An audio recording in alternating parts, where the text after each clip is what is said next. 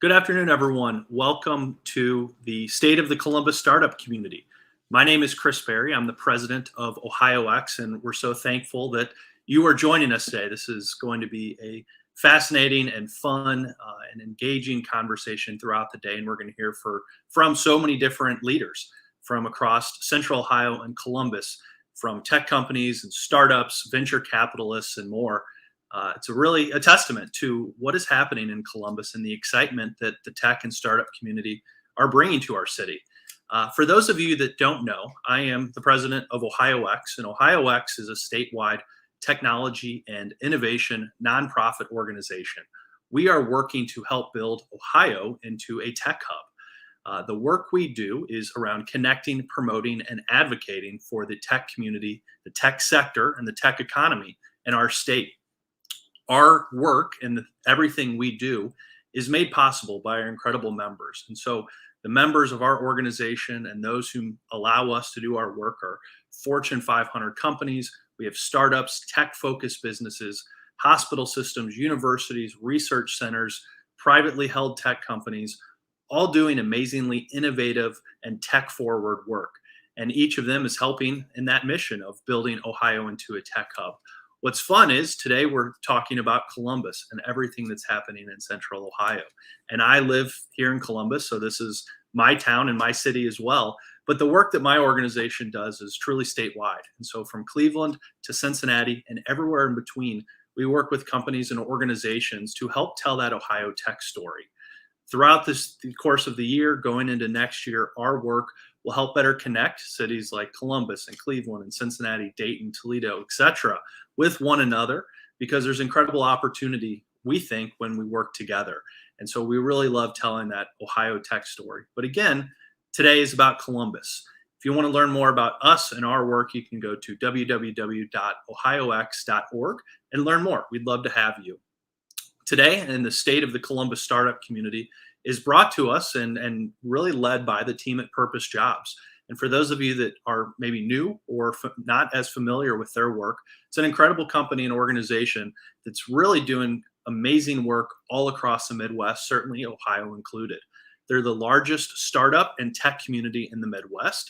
They're passionate about growing the emerging startup communities in states across the Midwest like Ohio and connecting purposeful companies and careers with people. Today, we're joined in partnership, and OhioX, my organization, is excited and proud to help co-host and help sponsor this conversation and this great event. But there's others as well. So Drive Capital, One Columbus, TechLife Columbus, Pride Fund One, and the Ohio Impact Fund have all helped to make this event and today possible. So thank you to each of them. And I also want to thank the team at Purpose Jobs for making this possible. They've done a ton of incredible organizing and building to make this all happen. So Ryan, Lauren, Hannah, and Evan, thank you so much for what you're helping do and really kind of celebrate the Central Ohio and Columbus tech community today. This event is important because Columbus, we're at an incredible moment where there's so much excitement for our tech community, and events and days like this allow us to see what's happening. It also allows us to better connect, hopefully, talented individuals that are looking for great or exciting careers, want to learn more about the growing tech ecosystem. And our work, as we talk with companies across the state, the biggest challenge that they oftentimes will say is finding the right amount of talent and the right people that can do incredible work. And so there's such a kind of race for great talent in tech, as you know, you'll see in every media outlet, the Wall Street Journal, CNBC, etc. And conversations like today that we can raise a spotlight of people and companies and ideas right here at home that are doing great work. And so we're excited to really dig in, and I can't wait to watch the rest of this. Today, in kind of our brief schedule events, we're going to hear a keynote shortly, and that's going to kick us off for the day, and I'll do a quick introduction in a moment. Then we're going to have a conversation about life in Columbus and what it's like to live here. And hopefully there's maybe a few people that are living in some of those big coastal hubs that are considering moving back and, you know, coming back to Ohio, or maybe coming to Columbus for the first time. And that'll kind of give them a sense of what's happening here, which is, you know, so exciting. And me and my friends always joke that there's cranes that seem to be everywhere. And we'll talk about Columbus Tech and some of the companies, the investments that are happening. We'll hear some from some amazing venture capitalists. And we'll go behind the scenes at a couple different companies and from the recruiting side of what's going on. and the growth that's been happening in our community. And then it's going to wrap up with a virtual career fair, again connecting talented people with companies that are looking to grow and expand and hire. So it's going to be a fascinating conversation. One thing before we begin, on the right hand side you're going to see on your screen a chat function. Feel free to jump in if you have questions, comments, just feedback as you're listening. As soon as I'm off stage and back in, I'll join you there. But we'd absolutely love if you can be engaged and drop any, again, questions, comments, or anything else in the chat. It's always fun to see when that starts going off. Now I want to introduce our keynote speaker today, which is Catherine Allshouse. Catherine is the global CIO and head of cloud operations at Veeva Systems. Veeva Systems is a leader in cloud-based software for the global life sciences industry. Committed to innovation, product excellence, and customer success, Veeva has more than 875 customers, ranging from the world's largest pharmaceutical companies to emerging biotechs. And Catherine is a perfect representation of the Columbus tech community. She's worked in Silicon Valley before moving to Ohio, been in Cincinnati, now in Columbus, where she is working from and serving as the site leader for Veeva's fastest growing Columbus hub office. So Catherine, welcome. Thanks for all that you do for our Columbus tech community, and we appreciate you joining us today. Well, thank you, Chris. I am excited to be here. I'm looking forward to sharing a little bit of the Veeva story with everybody about how one of those very coastal companies that Chris just referenced found our way to Columbus and absolutely love it here. So looking forward to sharing that with everyone. So let's start out, though, just kind of a little bit about what is going on in Columbus. See here. All right. So a little bit about the Columbus scene. There's really a lot of vibrant innovation and entrepreneurism going on right here in Columbus. And the place I kind of felt like I wanted to start was sort of at the very beginning of the kind of the company iteration, right? From the very start. When someone has a great idea for a new company or a new organization, where do you start? And that's with the investment side. So one of the reasons I think we're seeing such a lot of vibrancy locally in Columbus is because of that great support we have at the front end of the cycle with START. So we've got a lot of angel money here, and we've got some excellent VC funding here. We also have a strong incubator presence here as well. 2013, that was a big year for Columbus as far as VC and investment in innovation goes. That's when Drive Capital was founded by Mark Kwame and Chris Olson, Rev One Studios. That, of course, led over time to more with iCove and Loud and Heartland. Of course, we've got a lot of investment now. That takes time to pay off. So that 2013 kind of great start that we had, now we're starting to see over years a lot of those cool exits, right, coming out, and the exits being really successful. So we've had time to kind of go through that full cycle now, and you're seeing the results. Beam, Root, Olive, of course, the Cover My Meds acquisition in there as well. And in addition to the startups, we've got successful established businesses too. So you're seeing expansions of coast companies like Veeva here in Columbus as they all kind of figure out like this is where the talent is, and more to come on that later. But all of that together is part of what is making this the moment for Columbus. And it just keeps growing, right? So we've all heard that statistic, 60% of the US population lives within 500 miles of Columbus, which is pretty impressive. What does that actually mean? To me, it means that we understand what people need. So if you're starting a B2C business, there's a pretty good bet that the folks here in Columbus have a good bead on what consumers of that B2C application would want and would need.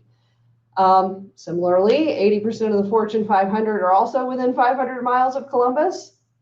What that means to me is that we understand what enterprises need, B2B. So if you're building a big enterprise solution and selling into other businesses, odds are either that business exists in Columbus or it exists in the radius around Columbus. So that gives us a really good idea here of what businesses need to grow.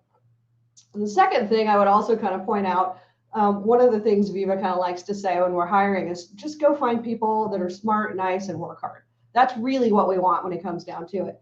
that kind of characterizes, honestly, all of Columbus and the Midwest in general. Smart, nice, works hard. Those people are fun to work with, and that's exactly the kind of people that you can find here in Columbus, whether it's a new grad from OSU, which is huge research university and big talent pool, or whether it's an experienced hire from one of those other big companies. Who is Viva? So just a quick note on these crazy orange people running around. We are absolutely obsessed with the color orange, so that's not a lie. So Viva was founded in 2007. You can see kind of some stats there, 1,100 customers worldwide. We are a global company and about 1.5 billion in revenue, and our headquarters is in Pleasanton, California, in the Bay Area there. And we make software for life sciences. Just an example, logo slide, some of our select customers, you'll see some familiar names on there recently, Pfizer, Moderna, and such. We have been directly involved with most of the large pharmaceutical companies in the world. 47 of the 50 big ones are Viva customers. We really believe that we've done this with a real focus on profitability and growth, not stock price, but focus on customers. So strategic markets, product excellence, of course, and customers, and underlying that all is our values. So that's kind of what Viva is about. This is a startup conference. Everybody's always curious as to how startups do well when they do well. So I'll share the 1-minute version of Viva's startup story with you. The founder of Viva, Peter Gassner, career through IBM and through PeopleSoft, which is where I met Peter many years ago back in the day. Then he went on to Mark Benioff as his number 2 at a pre-IPO Salesforce. So he ran product for Mark for many years and then decided to found his own business, global software cloud company, enterprise software. That was the thing at that point. So he placed his bet that the next thing would be industry specific enterprise software in the cloud. So he picked life sciences because it was the hardest problem to solve and ripe for innovation. Took one round of $4 million in VC funding from Emergence, and that was it. The rest of the company growth, as you can see here on this awesome chart, was purely organic. The $4 million went in the bank, was not spent, and the rest of the growth, which is funded from the customers, is 2 co-founders, one in tech, one in life sciences. Really should never have worked. They'd never met each other, opposite coasts, but it did. So that focus on profitability paid off. The reason we were in the right place at the right time, the evolution of software was happening at the exact same time as the evolution of medicine. It just coincided perfectly.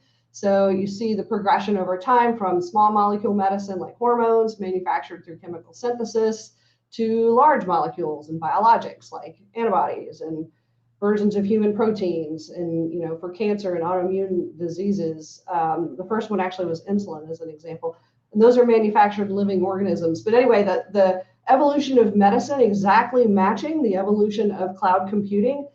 Now we can map the human genome. We can actually create these very specific and targeted large molecule drugs through the power of cloud computing. So just as the disruption was happening at this precise time in medicine, same disruption was happening in technology, and that was the perfect time for a cloud company to kind of enter the mix on the enterprise software side. So that's kind of how we got where we are. So I won't go through our products, but they span kind of the gamut from the idea a chemist has for a new molecule through launch of the drug, including safety and clinical trials and all of the quality systems and such.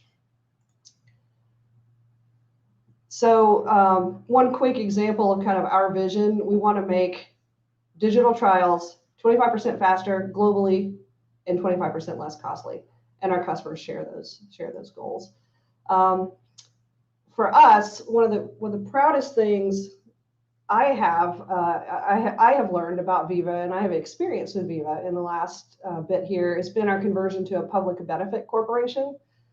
So that was actually something that happened in February. And I love seeing companies like the Business Council, even of the United States, has kind of been focused on this recently. But I love seeing companies with this focus on why are you doing what you're doing and do the right thing, which is actually one of our values. So we converted to a PBC. That is a new structure. It's not the same as a B Corp. It's a new structure provided by Delaware, where we're incorporated. So basically, in addition to being beholden to shareholder value, just like any other for-profit public company, we actually created a public benefit purpose that's twofold, to which we're equally accountable. So this is a way of holding ourselves and our board accountable for what we're doing.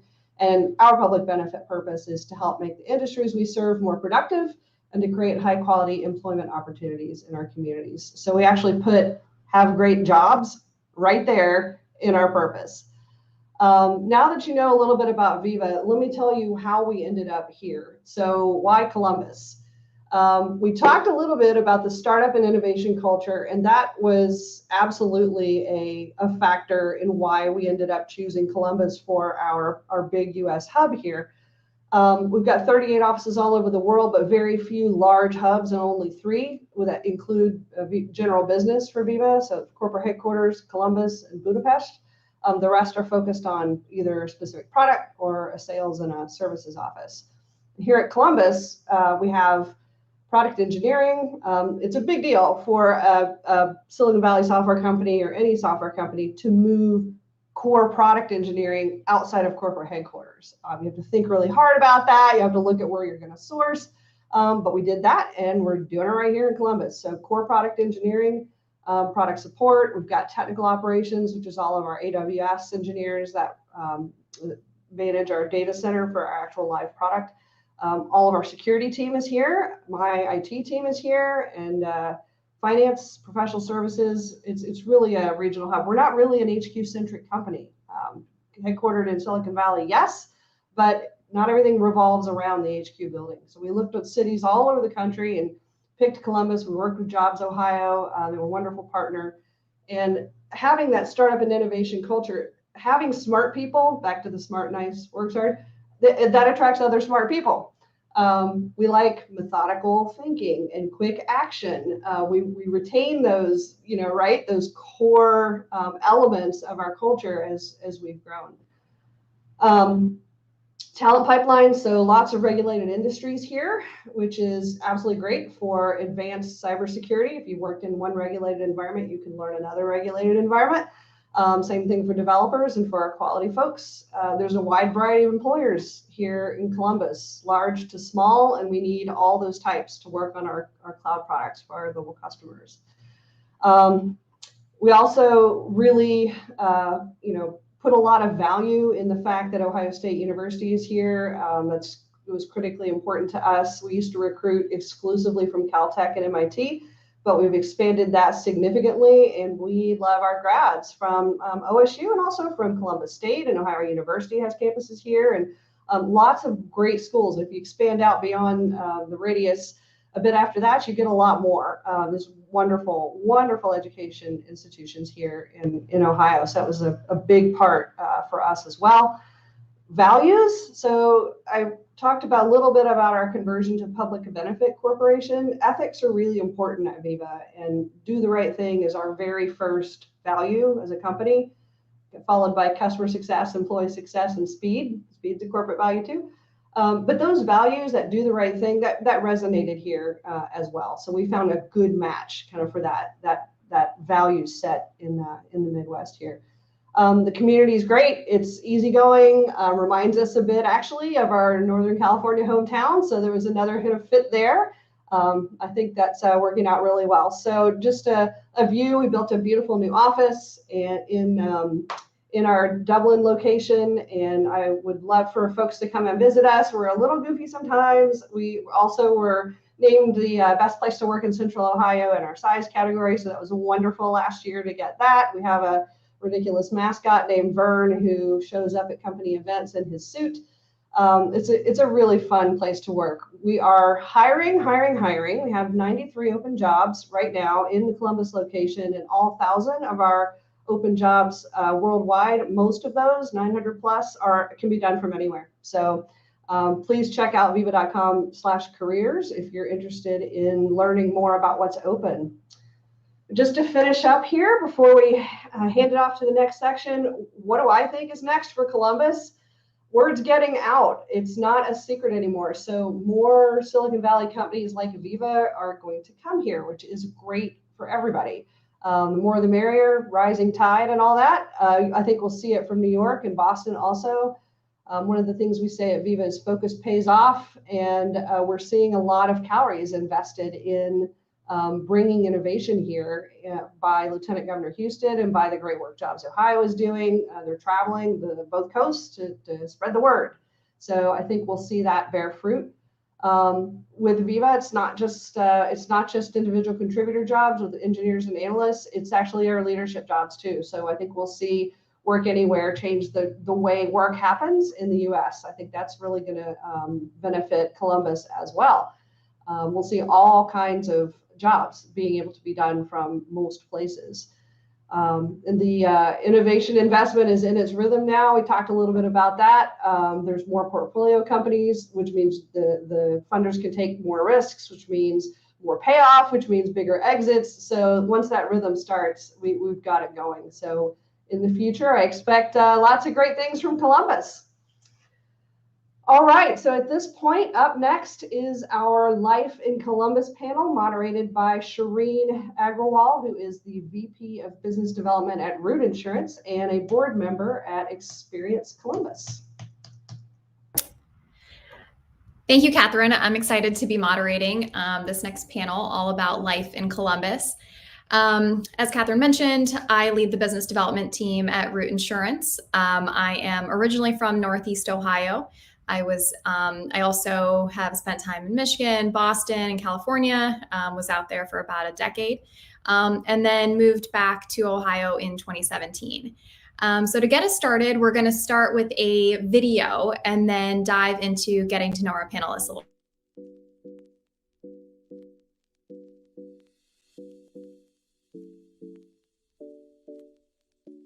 So some things I love about Columbus are they have a lot of really great things to get into. They have a really great art scene, lots of great museums and exhibits. They have really great parks to exercise, kind of bike, walk around. And they have a really great food scene, lots of really great restaurants, and just really great people in general.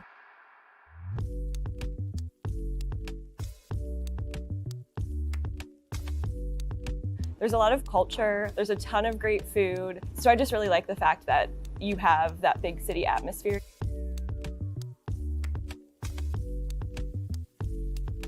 I love how accessible the city is. So it's really low cost of living. You can get anywhere in the city in like 30 minutes. I love all of the restaurants, the culture, lots to do here, but all within, a small area.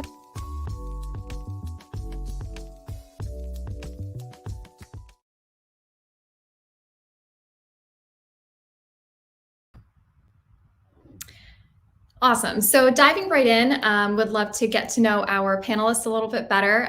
So I'm just going to pass it off to them to do quick introductions, name, what their current role and company is, and then also which neighborhood you live in. And so we'll go Kai, Tim, Jeriatu, we'll go in that order. And just to kick things off, I already gave my intro, but I live in Upper Arlington.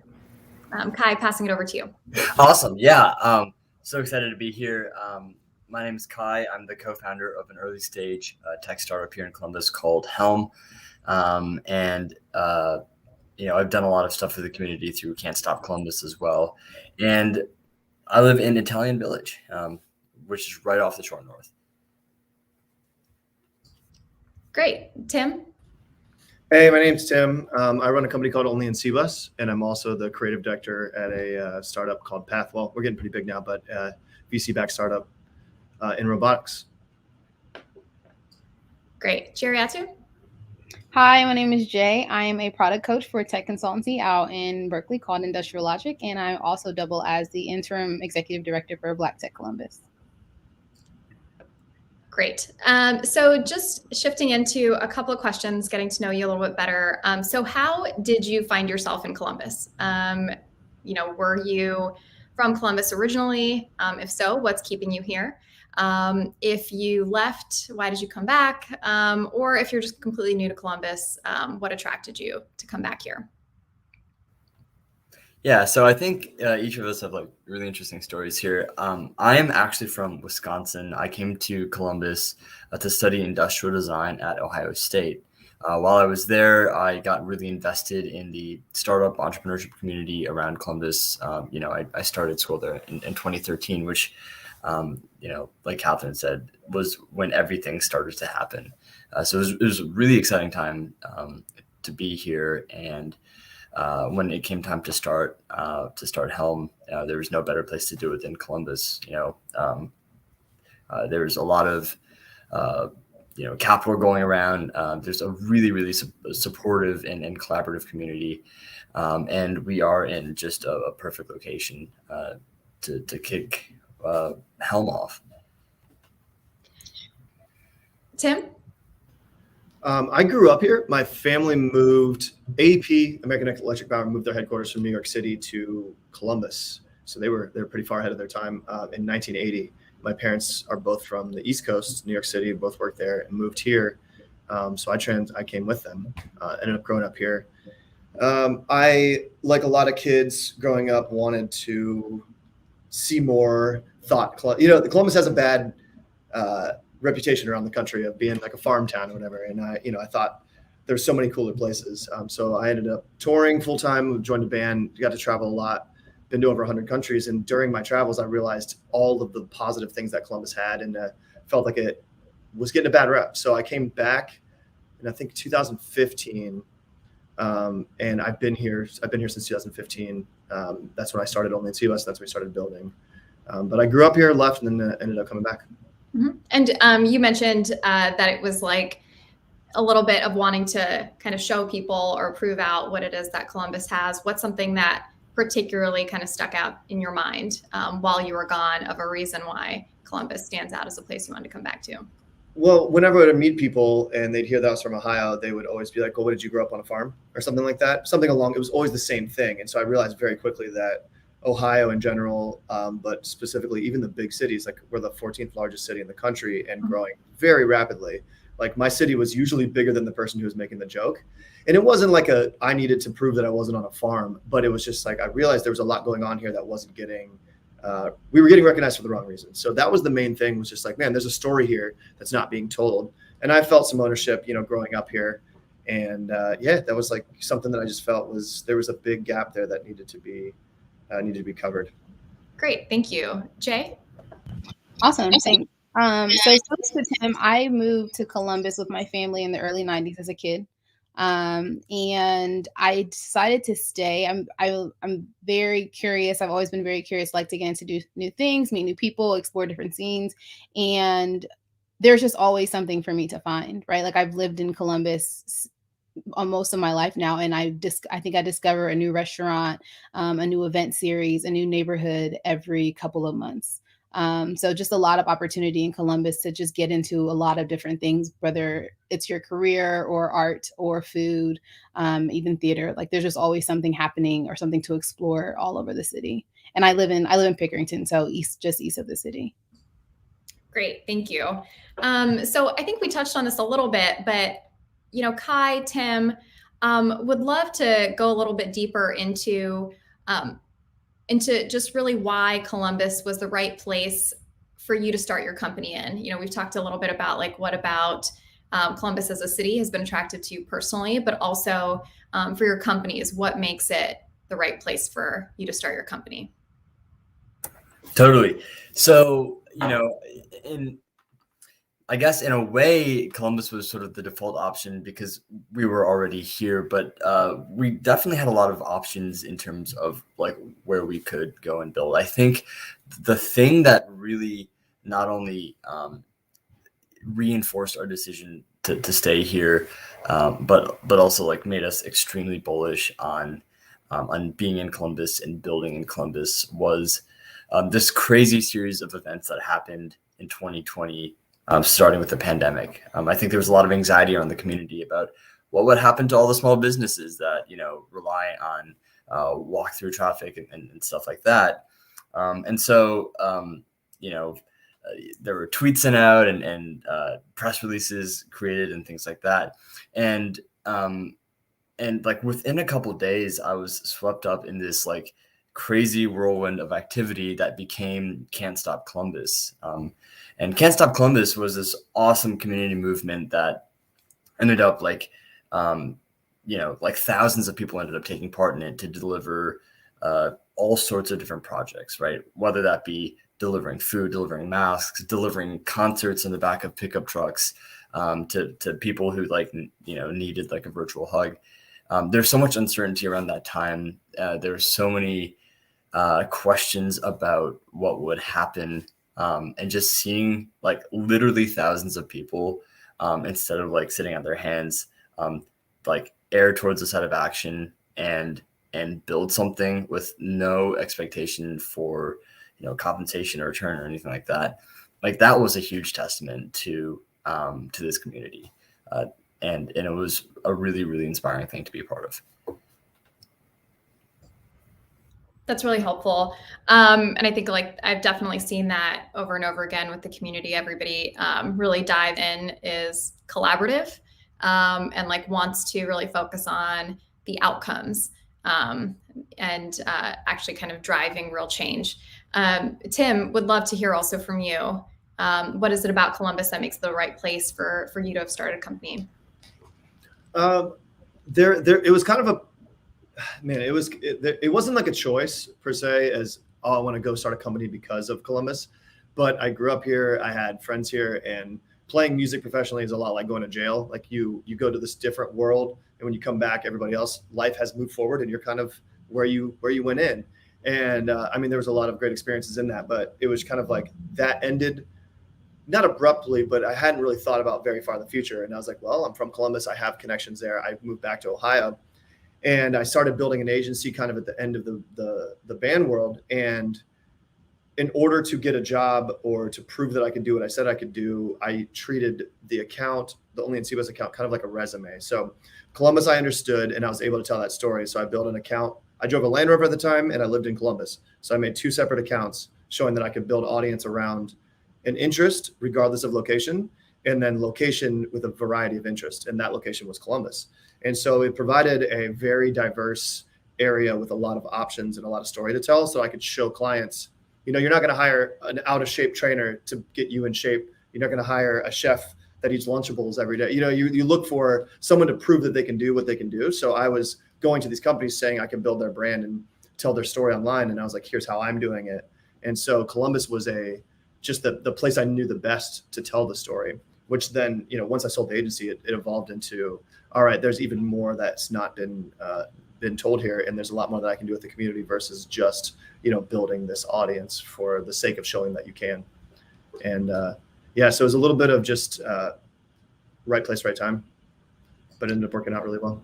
Yeah, and how do you feel about, and this is open to anybody to answer, how do you feel about whether it's the community, whether it's the infrastructure or the environment, how that has helped you to make any of your initiatives, companies, anything like that grow?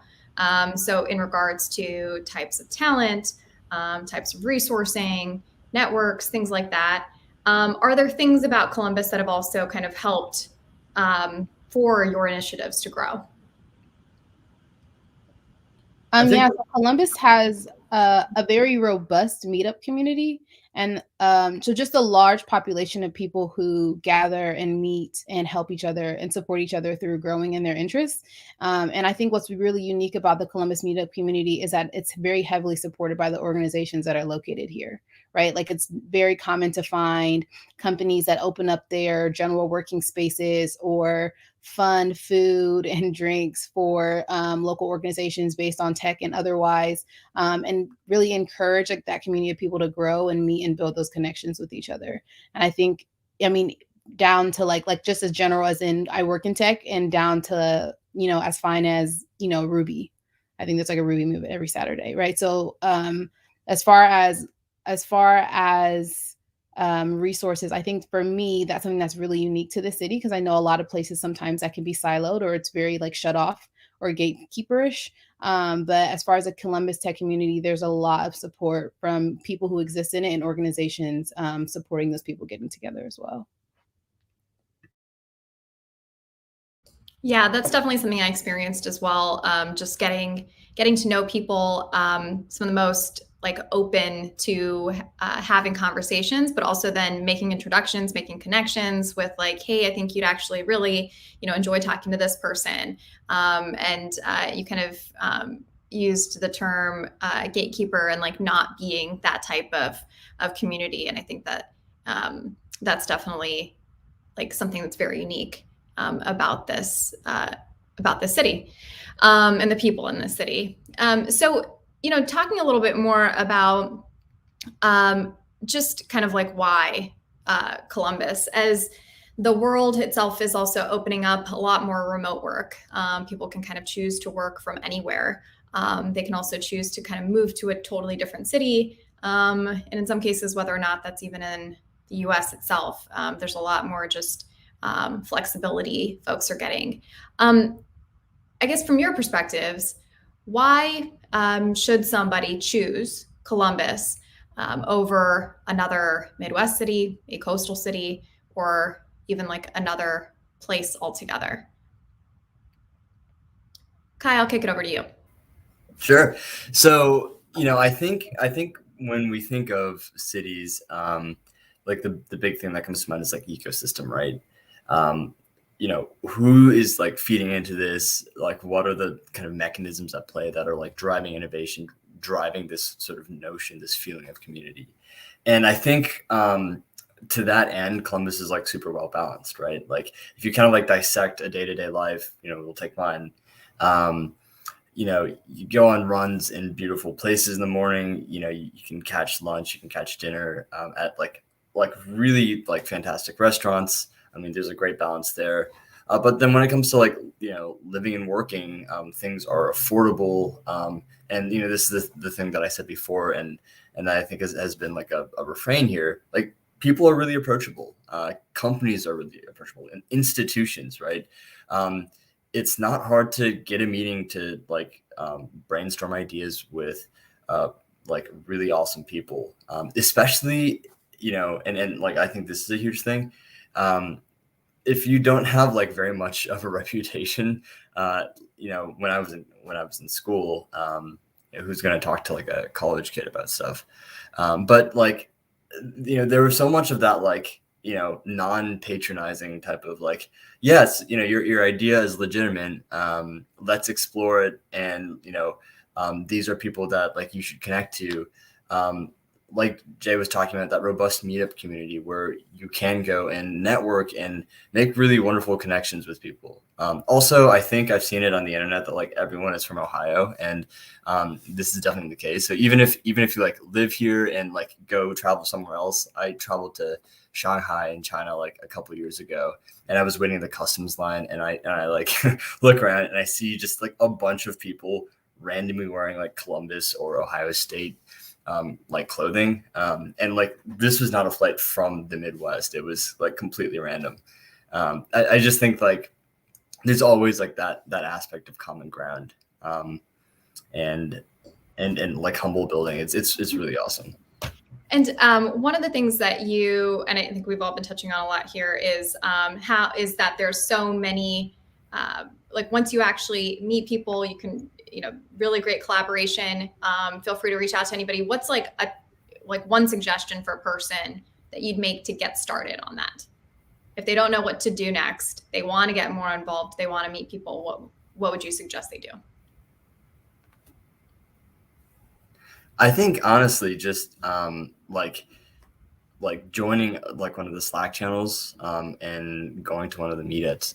It turns out like it's a pretty robust network of people, but it's also pretty like tight knit. If you meet, one person, if you go to one event, like A, it's very inclusive. B, like you'll probably find out about a lot of other events. I think it's really easy to get started. Yeah. And so the main thing is like, just start going, start connecting.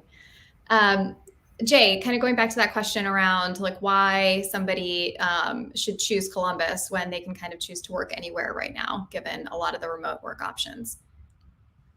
Yeah, so I think I'm going to echo a little bit of what Kai said. It is about that balance, right? Like Columbus has a lot to offer in terms of living. Like if you want a very urban downtown life, like there's that option. If you want something that's more remote and spread out and rural-ish, like you also have that option and still being able to be within 30 minutes of the city if that's what you want to do, right? Like there's a balance of really small, tight-knit communities, very niche audiences, and there's also like very large gatherings, very big things to do, lots of concerts, like lots of musicians come through here.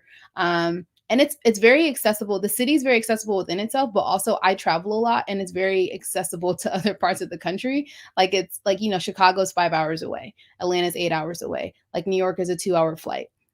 Flights aren't really that expensive. So it's easy to get in and out of the city and explore other areas and then just come back home. So I think it really is about that balance, and that in Columbus, you have the opportunity to build the kind of life that you want, to build the quality of life that you want.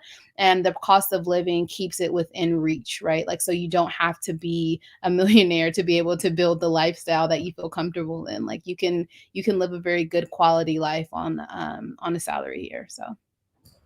Yeah, I think those are great points. And even like there's the professional side or the personal side of being able to be very close to a lot of places that you can get to pretty quickly to be able to ski or go to the beach or anything, but also just even access from a professional side too. You can get to a lot of different cities, whether that's for your business or anything pretty quickly from Columbus being really central. Tim, would love your thoughts on this too. So like when people can choose to work anywhere, why here? Yeah, I think that's something you need to take. You got to be a little bit honest with yourself, or in this scenario with what Columbus really is. I hate hearing Columbus is the next whatever. We're the next Austin, next whatever. It's like its own thing, right? And so, do you want to be a part of that or not? And so, if you want to live near water, like Columbus isn't the spot, But like if you're trying to invest in real estate, you can take a $250,000 and go a long way. Whereas if you're trying to live in a big city, you can buy a box, So I think you really have to assess, just like anything you're doing in business or personal, anything, what is the goal I'm trying to accomplish and how do I best do that? If you want to live in a city where you can get easy public transit, like Columbus is not currently the place, like we have an international airport and it's easy to get through, but you can't fly everywhere direct. So you got to understand there is some trade-offs, but if you want to work remote and live in Columbus, you can get paid a New York salary and live in a city where it costs 4 times less, to live. So I really think it's just an honest assessment of like what you're trying to accomplish. There's days where I wake up in the wintertime and I'm bummed. Like anybody who tells you it doesn't get cold here is lying. And so it's not this just like perfect oasis in the middle of nowhere, but you got to weigh the pros and the cons. And people love to park in Columbus, right? They just all want to talk about is parking. There's a ton of that here, whereas other cities you can't own a car. So I think there are a ton of areas you could talk about, but if you really break it down to just like the simple, what do I want and what's most important to me, there's a lot of lists that Columbus tops.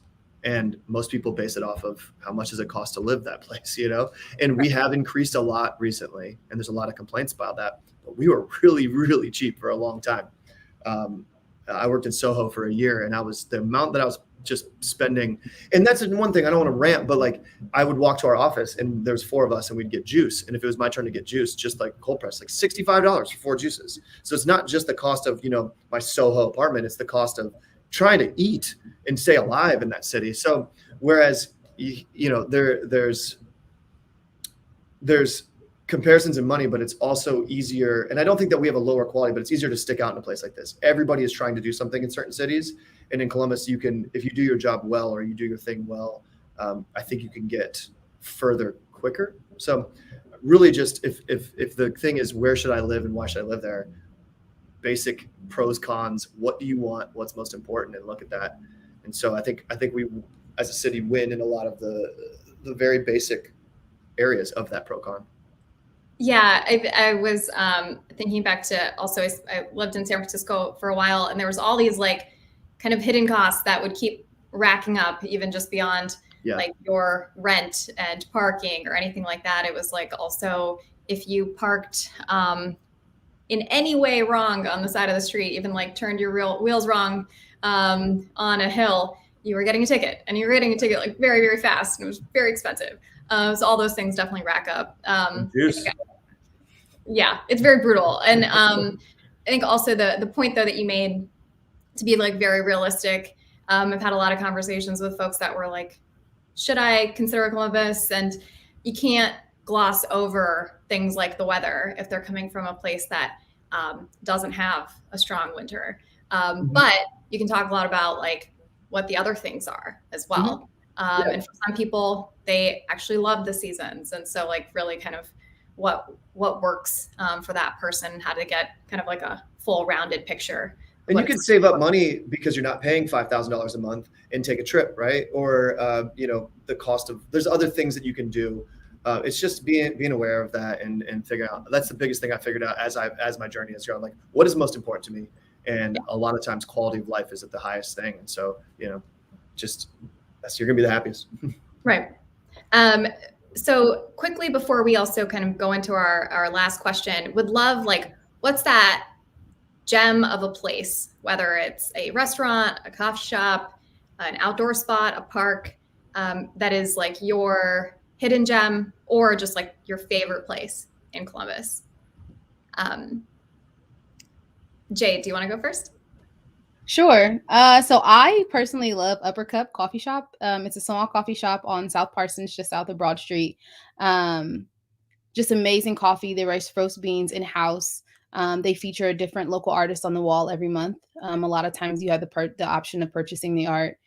Just really, it's been a pillar in that area for years and years and years now, but just amazing drinks, really great people, an amazing playlist, always really great conversations happening in there. And usually it's a good place to catch very interesting people, meet interesting people, and just really sit in on really good conversations. But yeah, I love Upper Cup. They make great coffee, and I think they're distributing across the country now. So a lot of big things happening out of a little spot. So Kai, you want to go? I think you might be muted. Oh, sorry about that. So I live in Italian Village, and just up the street there's the Italian Village Market. That place is great. It's good wines and cheeses. And being from Wisconsin natively, that's obviously a very, very important thing. But besides that, after work, Beck's Tavern in German Village is awesome. I go there with friends occasionally. Super fun little kind of divey place. Awesome. Tim?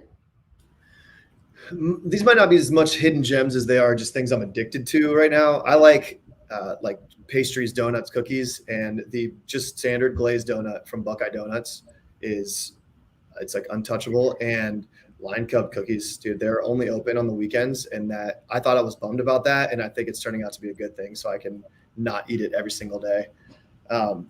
Those have been the two places I've spent the most money recently, for sure. That's great. There's I'll throw in mine, which is there's the Audubon Park that's near German Village. It's got like an obstacle course, and it has also a climbing wall, and it's just very, very cool. That whole trail also connects to going alongside the river. So I love going there. I think there's always just like things to see. We did get some kind of questions from the audience, and I want to go through that. We just have a couple minutes left, but there's some questions around how is the work week or even work day kind of changing within Columbus, given changes in remote work, what it's like just generally to be like working right now across different types of sectors. So would love your thoughts on how the work week is kind of evolving, or the work day.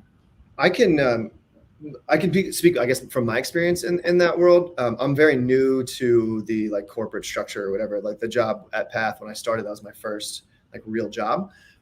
But for me and my experience in that world, and what I think has worked best is you hire people for their ability to accomplish something, right? And so I feel like going away from is the butts and seat mentality to finding a way to quantify or decide, did you accomplish your goal? And if you accomplish your goal, then good job, right? So incentivizing people based on money, obviously, and then continuing to find ways other than just hours and focusing more on, did you accomplish what we set out to do? How well did you do? And if that's the case, rewarding it. And if it takes you 2 hours a week to do your job, that does, then the goal is you accomplish what we set out to do.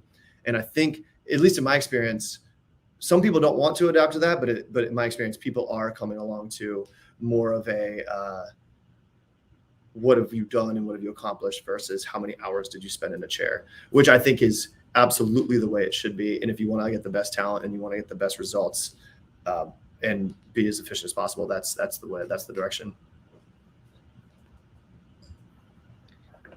Super helpful. Jade, did you want to add to that? Yeah, so I wanted to say, so kind of similar to what Tim was saying just a little while ago about really weighing your options. There's a wide variety of types of organizations in Columbus, right? Like we have really big, like Fortune 50 companies right here that are maybe a little slower to change. And then we have really tiny startups, right, that are being run by 4 or 5 people that are really open to alternative types of work, right? And so I think what's important when you're looking at the workday and the work week is that not only you're looking at the organization that you're joining, but a lot of times, sometimes even within that organization, what team are you joining? And I think that's where the Columbus community and really connecting with the tech community is really important, because it's important to talk to people about their experiences that they're having inside of these organizations. Because like I work a 4-day work week. I don't work 5 days a week, right? And that's full time for me. But having had experience working at a lot of larger companies, there are some teams with really flexible and really forward-thinking managers who are like, hey, whenever you get your work done is when you get your work done, as long as you're showing some type of productivity, like you decide how you work your hours. And there are some people, because of the nature of their work or because of their mindset, they're not as open to that change yet. But there is a wide variety of opportunity for how your work looks and what your work environment looks like, and tapping into the tech community and really talking to people to get firsthand understanding of what those things are is really key. So I think there is a lot of opportunity to get away from that 9 to 5, 5-day work week. It's just a matter of being willing to being open and having those conversations with the people who are in the know. Yep. Thank you. Really great thoughts. Thank you all for participating. Thank you, Kai, Jay, Tim. Really great to hear from you. So next up, the next panel that we have is on Columbus Tech. So I want to introduce Mark Kwame. He's the co-founder and partner at Drive Capital, prior president of Jobs Ohio, and a prior partner at Sequoia. So I'll turn it over to you. Well, thank you, Shireen. That was a fantastic panel. I really appreciated it and enjoyed it. We have a great panel set up for you as well. As Shireen mentioned, I am co-founder of Drive Capital. I'm a recent Columbus person. I moved here about 10 years ago. I guess that's not so recent anymore, but I spent my first 50 years in California and I never knew I'd move to Columbus, and enjoy it very, very much. And decided to stay, start a venture capital firm, and so on. So I'm really excited to be a part of this program and be a part of this panel and get more into the tech scene for Columbus. But before we get started with our panel, we're going to launch a video and we'll take it from there. I think the moderator here can launch the video. I love living in Columbus. I'm originally from Cleveland, went to Ohio State, and just fell in love with Columbus. What makes me stay in the city is that Columbus has a lot of opportunities for career growth. There are a lot of different pathways and industries to get into, and there's a lot of opportunity to network with really great people and grow and expand your career. So Upstart chose Columbus because we actually looked at the number of people that were software engineers or machine learning scientists. And we also looked at Ohio State. So we knew there's a great university here. It's going to pump out all kinds of new graduates every year. We all work really hard, and this is more for the broader engagement of those tech practitioners and the health of the tech community in Columbus.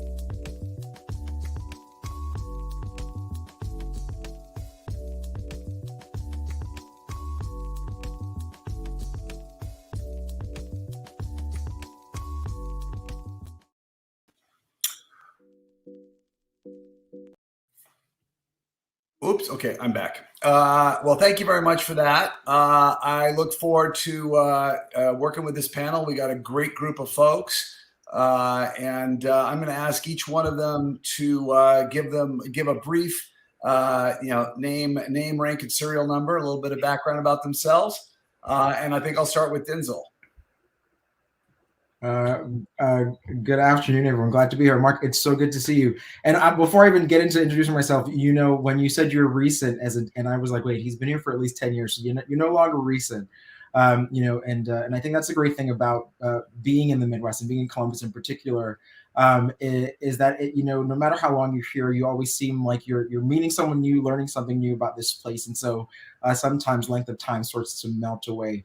Denzel Porteous, they CEO of Pride Fund One, and just really excited to be here in community with Christy and Jenny and Mark, who I've gotten to connect with during my time.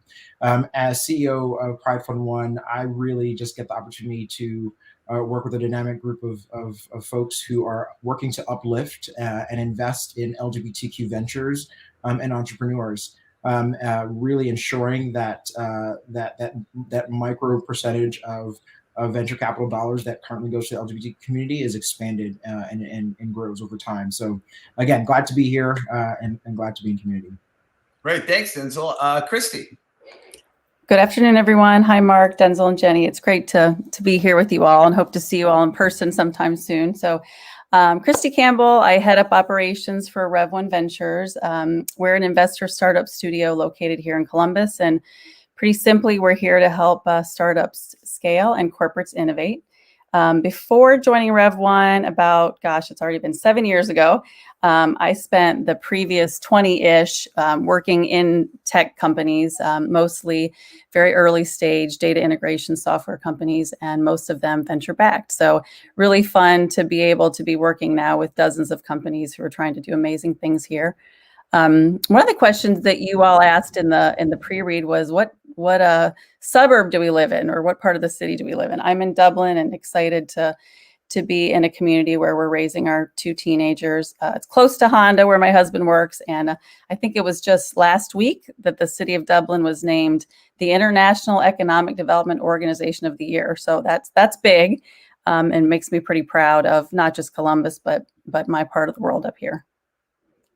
That's great, Chrissy. It's funny. I was listening to the last panel. I think one thing that's really neat about the Columbus area is I have a condo downtown and at North Bank, and I had the full city experience last night. And I drove out to my farm in Muskingum County in Nashport, Ohio, and you get a little bit of both. You get a bit of the country and get a bit of downtown life too. And that's what makes this place so unique. Jenny, why don't you tell us about yourself? Hi, I am Jenny Lane. I am the CEO of the Ohio Impact Fund. It's a sibling fund to the Pride Fund. We're a $5 million venture fund that invests in businesses who are solving social, economic, environmental issues through some kind of market-based approach. So basically, we believe that enterprises can be both beneficial for their investors, but also beneficial for the community around them.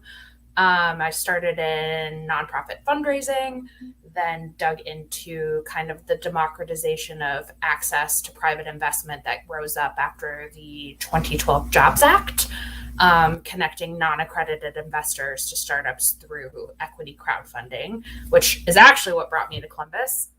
Found this incredible scene of like impact investment and social enterprise, and knew that this is where I needed to be.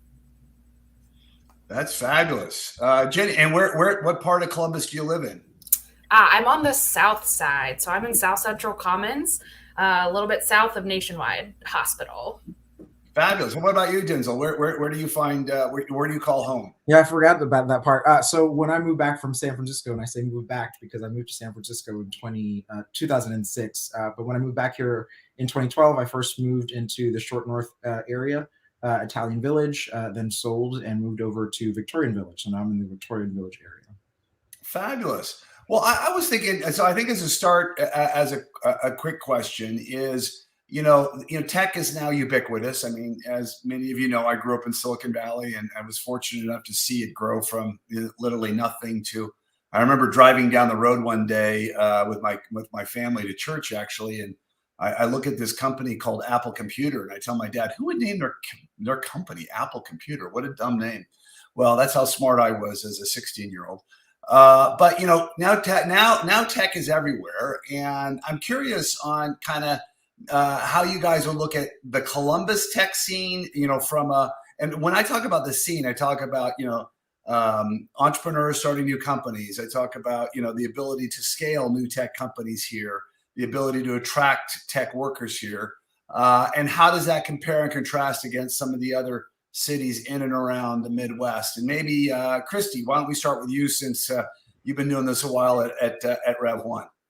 Yeah, well, I think, that's a hard question because there is so much that, that's going on here that really sets us apart. It's just a lot of goodness. But I get asked this question frequently, especially from peer communities that are looking at what we're doing here and want to know kind of what's in the water. And I tell them what I get to see every day, which is there are a lot of passionate entrepreneurs and innovators who are solving big problems for big markets. Many of them come from backgrounds in industries where they've spent years living and breathing the problems. And so they have a really good grasp on their customer need and how to solve that need. And I think sometimes fundamentally that can be what's different from what you see in the coast, right? Sometimes there's a lot of ideas thrown to the wall, figure out how we can build a business model around it after. And here I feel like folks are starting with the problem. And that's really an important place to start if you want to think about the success of those companies. But beyond just the entrepreneurs themselves, I think it's the connections that those entrepreneurs have to both customers and talent here that makes our region so unique. From the corporate base, which, as you all know, is among the largest and most diverse from an industry perspective in the nation, to our research institutions that are really top of the game for creating and not just companies, but talent. I think, everyone's all in and truly willing to make the connection, take the meeting. And, we call it the backyard effect, but I think that's what really sets the community apart. I think that's a very good point. I mean, one thing that I've always enjoyed about Columbus is everyone's willing to pitch in and help. And whether you're calling a executive of like Huntington Bank, Steve Steinauer, or you're talking to a local entrepreneur, they want to help. I think that's one thing that's very unique, and you don't see that in the Silicon Valley area for sure. Why don't you tell us about your fund and what you're doing and how it's been building your companies here in Columbus. Well, just to sort of piggyback on Christy's comment about the backyard effect. I mean, I think when I moved back to Columbus from San Francisco in 2012, I think one of the things that I really appreciated, and I actually was an advisor through Rev One's former advisor program, working with startups in the area. I think that backyard effect and that notion of really being able to, that everyone's willing to roll up their sleeves, take a meeting, get into it, and really understand what it is you're working to do, I think is something that really helps our community.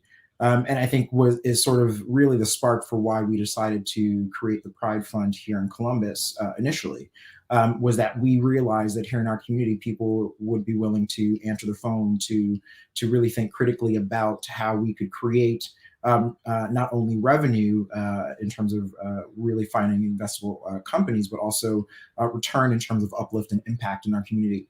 Again, understanding that for far too long, representation in terms of the venture space and startup space did not look like or was not queer led.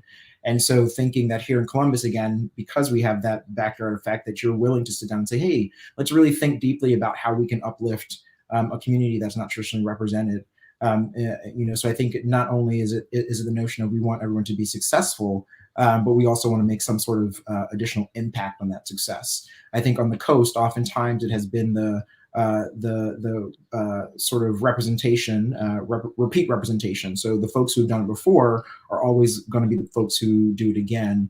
And their model is less of the backyard effect. They're not really wanting to sit down and talk to you. They just want to, oh, you look similar to something we've done before, so that seems good. Let's just stick a bow on it and make it work. So, as the Pride Fund works, we've really done critical work in digging into getting to know our executives, getting to know the companies and the people that they're working with, and getting to know their investors, and then really thinking about how we create a community that is not just only helping invest in organizations, but also impact the community at large. Thank you. Yeah, that's one thing I always, I probably shouldn't say I was surprised, but I was surprised coming from Silicon Valley, how inclusive and open the Columbus community was to diverse, cultures, diverse backgrounds, and so on. It's it's such a very open and collaborative environment, which, and to your point, I agree with you, the Valley in the past really has been kind of, rinse and repeat the same sort of folks. So thank you for that insight. Jenny, why don't you give us some background on how you're looking at doing what you're doing here? I mean, I am in this space very new, right? So I am not from the venture space. And the thing that's gotten me into it here and what makes me convinced that this city is doing it right is that look at collaboration, right? So we're calling it the backyard effect, but in my brain, it's like everybody pulling towards roughly the same thing, right? We all want the entrepreneurs, or particularly underrepresented, to be uplifted in this city. We want to solve access problems. We want to solve customer issues instead of maybe find the next copy of what has worked best in the previous. And each little organization, not little, we're not, tiny by any means, but each organization has their kind of niche and is willing to, if something doesn't fit, really connect that piece to another organization who might be a better fit. So that all pulling together towards the same direction, I think has us miles ahead in terms of where we can impact and invest. That's great. Thank you. I guess the next question, I'll just open it up to the panel, and folks can answer as you would like. How do you think it's changed? I mean, when I came here 10 years ago, it was, basically there was Tech Columbus, the former Rev One. There was NCT Ventures. There was a couple small companies starting to be developed, but the tech scene and the scene was pretty new and fledgling. So I'd be curious to see, what you guys think has happened over the last 10 years and what's made it, what it is today. Yeah, I'm happy to start. I think, when you boil it down, it's simply there are more successful startups, more entrepreneurs with experience than to go on and build something new and great. And there's more capital and resources than ever before. And, everyone on this panel is heavily contributing to that. 10 years ago, I was at the time, Mark, when you came to Columbus, right at the exact same time, I was working in one of the fastest growing startups here. And quite honestly, we didn't have many peers. And really not a lot of great talent to come by when you think about the work that we were doing. And since then, look at the successes we've had, Cover My Meds, Root, MyoNexus, Bold Penguin, UpDocs, others, many more who have grown and exited, but have left and are still growing great companies. And the experienced talent who've had access to that to now be able to do it again. And so we're seeing that next generation of companies. And to both Jenny and Denzel's point, I think they're looking a little different than the companies before, and that's the openness and connectivity. One other thing that I think is really cool that's evolved, and I'm a data geek, so it really excites me, is just the rate of success of companies as a result of our collective focus on adding more capital and more services. So when you look nationally at, depending on what piece of research you read, maybe only 30-35% of venture-backed startups will survive beyond their first 5 years, and that's supposed to be the norm. Well, that's not good enough, and it's really quite the opposite here. When you just look at our client base, more than half of the companies that we work with are successful and still growing after 5 years. So I really think we're changing the game here and starting to see the numbers to back it up. Yeah, I ditto. I mean, I think everything just ditto, right? I think it is this sort of collaborative effect that I think is really impacting the work that's getting done, right? It is everyone's desire to see everyone else be successful. Because if that individual company is successful, then the region is successful. That enriches our story. That allows us to potentially recruit better talent to the community. That allows us to, as we've all been talking about for quite some time. And Mark, you used to be on the board of CCAD. I don't know if you still are, but we used to talk about the brain drain, right? Like we talked about that, Christy, with the Association of Rev One and OSU. So what we have seen is that we've been able to sort of stymie some of those things by the growth of this particular market because young folk are saying, well, hey, I want to stay here in Columbus now because exciting things are happening here, so I don't have to go somewhere else to be excited or be stimulated. And yes, and that's again because people are working more collaboratively together. That's also just a reflection of the generations that are starting to work in this space, is that collaboration was how we trained them to learn and grow. And so that's exactly what they're expecting to do now, is to also be collaborative in success of each other's companies and work. So it's different from, again, the coast, I think, and the experience that I've had, that notion of collaboration. But yeah, I think, again, ditto to everything that Christy highlighted. Are we allowed to just reply ditto to everything? I mean, I wish, right? It works. It works. I'm only 3 years into Columbus, so I actually came from DC just in 2018. And I would say a very clear differentiation for me was that I could actually access this community, right? So my background isn't in startups, isn't in venture, but in Columbus, you can find and be a part of so many different things that connect into this space in a way where I could have never accessed on the coast. So just in general, the openness of this space, like I can't speak for how it's been in the last 10 years, but in terms of a new person coming in, it's accessible for people who know that this is where they want to go in terms of, their career. Fabulous. Christy, you've been, like you mentioned, at Rev One for 7 years. I'm curious, you guys have grown your funds. You've got, multiple funds. You've got multiple services. What are you guys seeing? Who's coming in your doors right now? And kind of what's the perfect kind of entrepreneur / company that Rev One's looking for right now? Well, I don't think there's any perfect model. And I think to both Denzel and Jenny's points earlier, I think what we've all got to do is kind of look beyond that perfect model. But I think, fundamentally, we're looking for sort of two broad buckets. We're looking for, IT, data, software as a service, especially folks who have background experience, focus selling into the large enterprise, base here, right? We've got, I don't know if, depending on the moment, are we the 6th or 7th largest Fortune 1000 base in the country? So you've got customers in your backyard. And then the other area that continues to grow is life sciences and healthcare IT. So those are kind of the two broad, big buckets. But really, we've been sort of spending a lot of our time making sure that we're not missing out on something that looks different than what we've seen in the past. So, like to have focus, but also like to be open to new opportunities that are coming from our partnerships. And Jenny and Denzel, how would you answer that question? What are the kinds of things you guys are looking for?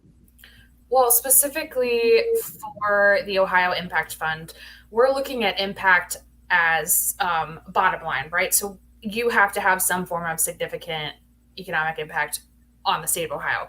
But what we're looking for in particular are 5 investment, as we're calling them, buckets or verticals, where your product or your service is serving to support one of those buckets. And those are specifically gender and racial equity, financial access for all, environmental and sustainability, clean tech, and then good health and well-being. So we are industry agnostic, but we're looking specifically for venture scalable, market-driven organizations who are hitting those buckets with the impact that they have to their society. So one of the few things we very much expect is for our companies to really buy into that measurement of what their outputs are actually doing in terms of a fiscal proxy of impact.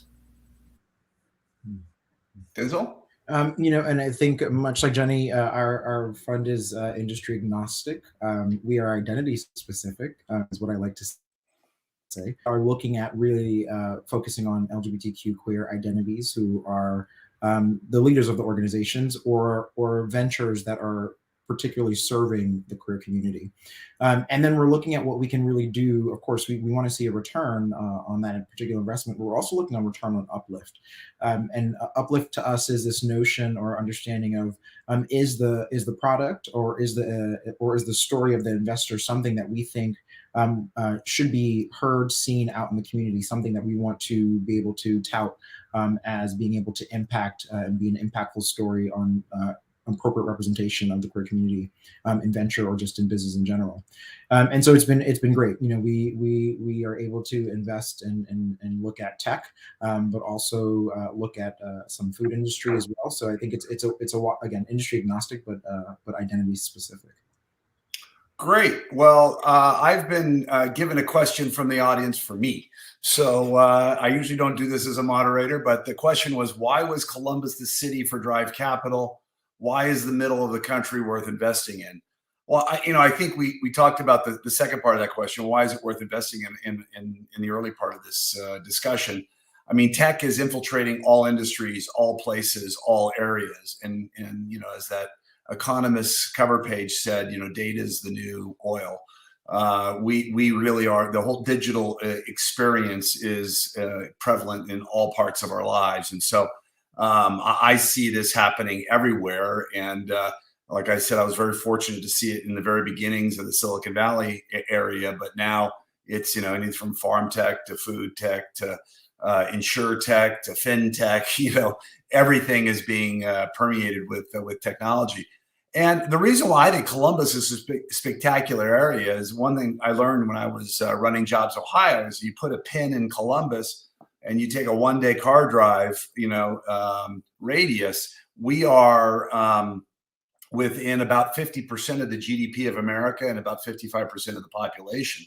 So in a lot of ways, we're kind of in the center of the country. The far west is really far, and we really can hit a lot of the GDP of the United States. Plus, it's about 150 of the Fortune 500. And what do tech companies need? Tech companies need customers, and so your access to customers here is significantly better. I mean, one thing I've really enjoyed about living in Columbus is I can go to see a customer in New York, a customer in Chicago, a customer in many other places, and still get home for dinner. You can't do that when you live in California. It's physically impossible. And the other thing that people don't really realize is the access to talent. If you take the Midwest in general, it's the #1 region in the world for graduating computer scientists and electric engineers, from Carnegie Mellon to Purdue to OSU to University of Michigan, Northwestern, Rose-Hulman. There's a lot of amazing tech colleges and universities in this area. So I see a lot of opportunity. And so why that's one thing why we pick Columbus is I can get in a car and drive easily to Pittsburgh, to Cincinnati, to Cleveland, to Indianapolis, or I can 1 hour flight to Chicago or Nashville or other hour and a half to Atlanta. So that's the reason why we did it. And also we really found an opportunity here. We found it to be a great place to build tech companies. I mean, what's amazing in our portfolio alone now, we're approaching 3,500 employees in Columbus. We did not exist 8 years ago. I mean, we've invested about $350 million in Columbus. They've brought in about, I forget what the latest number is, 6-7 billion into the city, and now represents over $300 million a year in payroll. So, I mean, tech, and that's just us. You look at what's going on with Upstart, and of course we know about Cover My Meds and many other great companies that have been, grown here. It's a pretty exciting space. So I'm very excited about not just what's going on today. If you had told me when I was starting out at Jobs Ohio in 2011 that we'd have major Amazon data centers, Google data centers, Facebook data centers. I mean, you drive down Beach Road in New Albany, I feel like I'm in Santa Clara in the heart of Silicon Valley. It feels like Silicon Valley. So I see, it's really changed quite a bit, and I think this is just the beginning, truly. Next question: how do you? And we've kind of addressed this to some degree, but what are some of the things that you think we need in order to address the tech community more here? As someone mentioned in the past panel, air service. Other people have talked about the weather. By the way, I hate it when people talk about the weather. The weather is phenomenal here. I mean, we have all 4 seasons. We should be very thankful. You can't appreciate summer if you don't have winter. I mean, that's the way I look at it. So no more complaining about the weather. But what are some of the other core aspects do you guys think we need here in Columbus, in the Columbus area? Whether it's education, whether it's other types of things that you think we need here. More venture capitalists. I'd love to see 10 more Drive Capitals, for example. So anyway, I'll leave it up to Christy. Why don't you start? Sure. Well, I think, Mark, I completely agree with you. I think we need much more capital, especially at the earliest stages, and we need much more people helping entrepreneurs succeed. But there are a couple things that I think maybe aren't as sexy that are also critical to support tech founders and growing companies. And I feel like sometimes they often get overlooked because we're actually the envy of many states for some of the things that we do have. One of them is we have a very intentional regional economic development strategy. And that strategy is led by the Columbus Partnership, which for those of you joining from outside Ohio, that is our region's CEOs, right, of the largest businesses and institutions. And they all have come together in partnership with our economic development organization called One Columbus to have a regional strategy that connects into institutions, it connects into nonprofits, it connects into all the suburbs. So, for example, those organizations aren't competing for companies, they're deciding where that company should be and going in an all-in strategy. So that's really critical, and that strong framework really is what's enabling us all to not just start and grow businesses, but be able to attract and retain them here. The second thing is, Columbus and Ohio as a whole benefit from what many states envy, which is a program called the Ohio Third Frontier. And that's quite simply a program that matches support and funding that's raised within our local community to help startups start and grow. We wouldn't be here without it. We wouldn't have invested in over 100 unique companies in the last 5-6 years. And, we need those two things to continue to be able to grow at the pace we all know we want to. Fabulous. Jenny and Denzel? Yeah, I think it's funny or too simplistic when you say capital, but I think really it is capital. And maybe I roll it deeper in that it is something about being able to engender community that sustains people here, or that brings more capital here. I'm not sure which one it is, because I think when I think of the coast and how some of their investment strategies work, a lot of those those family firms that are investing or the individuals that are investing live in those communities where they're raising funds. And I think there is still something to be said about, yes, there is quote unquote wealth in our community out in this area, but is it to the height that we need it to be to really sustain and see like dramatic growth? No.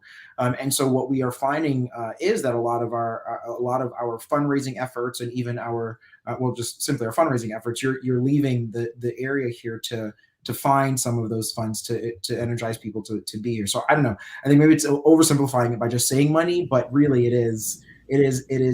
that's a key aspect of it. We did a road show the last couple of months where we traveled across the country to different cities to talk about fundraising and to talk about this work and to bring them up to speed on what the Pride Fund is doing. But that's in part because there isn't sort of high level of capital here like we see on the coast when people are out raising funds. And I would almost amend to that it's not necessarily high level capital. In my brain, it seems more like awareness, right? So there's just an awareness on the coast that's been in existence for a while that if you're an accredited investor, this is a thing you could do.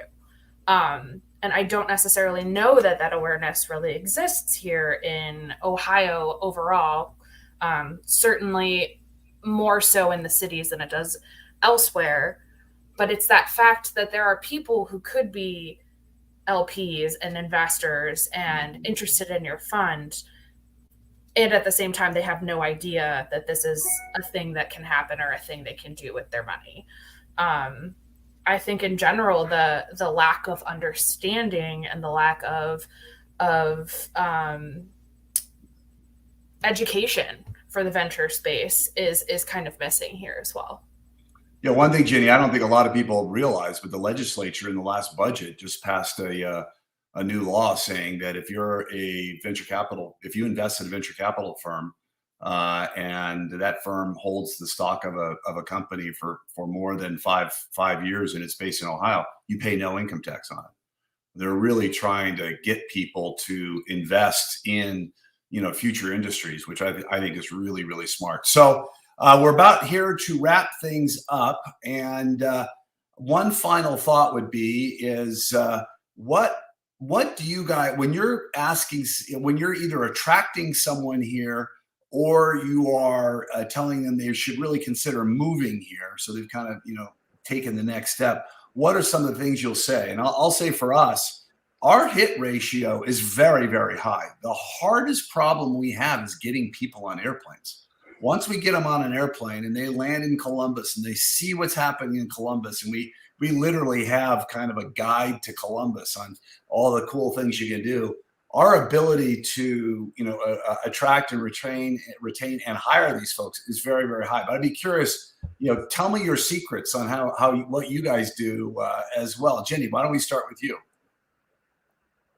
That's actually a little hard for me because I think you're right. It's the getting them here piece. It's hard to explain in words to someone who's really set on, I need to live in a huge city, I need to be on a coast, I need to be like, how much of what you want in those spaces is actually in existence here as well.